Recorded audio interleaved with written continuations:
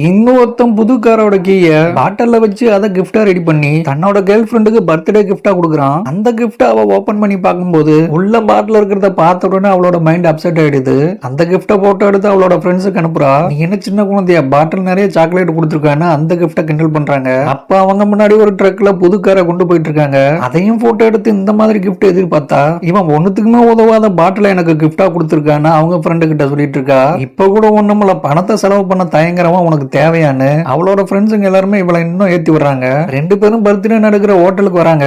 அவளோட ஃப்ரெண்ட்ஸ் கிட்ட நீங்க சொன்னதை யோசிச்சு பார்த்தா அவனை பிரேக்கப் பண்ணலான்னு முடிவு பண்ணிட்டேன்னு சொல்றா. அவனை அவ்வளவு ஈஸியெல்லாம் பிரேக்கப் பண்ணிட கூடாது, உனக்கு பணத்தோட அருமை என்னன்னு புரிய வைக்கணும், நீ ஹோட்டலுக்குள்ளவா மிச்சத்தை நாங்க பாத்துக்கிறோம்னு சொல்றாங்க. அவங்க ஃப்ரெண்ட்ஸுங்க எல்லாருமே இவங்க முன்னாடியே அவளுக்கு காஸ்ட்லியான கிஃப்ட கொடுக்குறாங்க. இவன் அதையெல்லாம் கண்டுக்காம அந்த கிஃப்ட் அவ கையில கொடுக்க, இனிமே உனக்கு எனக்கும் செட் ஆகாதுன்னு அந்த கிஃப்ட கீழே போட்டு உடைச்சிடுறா. கீழே லக்ஸரி காரோட கீ இருக்கிறத பார்த்து எல்லாருமே சாக்காக்குறாங்க.